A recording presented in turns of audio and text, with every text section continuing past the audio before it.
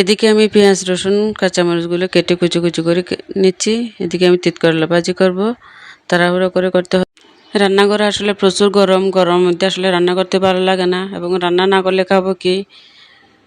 তো এই জন্য তাড়াহুড়ো করে রান্না করতেছি। বেশিরভাগ সময় রান্না করে কেটে যায়, আসলে আমাদের ভালো লাগে না। মাঝে মধ্যে এমন সময় ইচ্ছে করে যে রান্না করব না, কিন্তু উপায় থাকে না, রান্না করে খেতে হয়।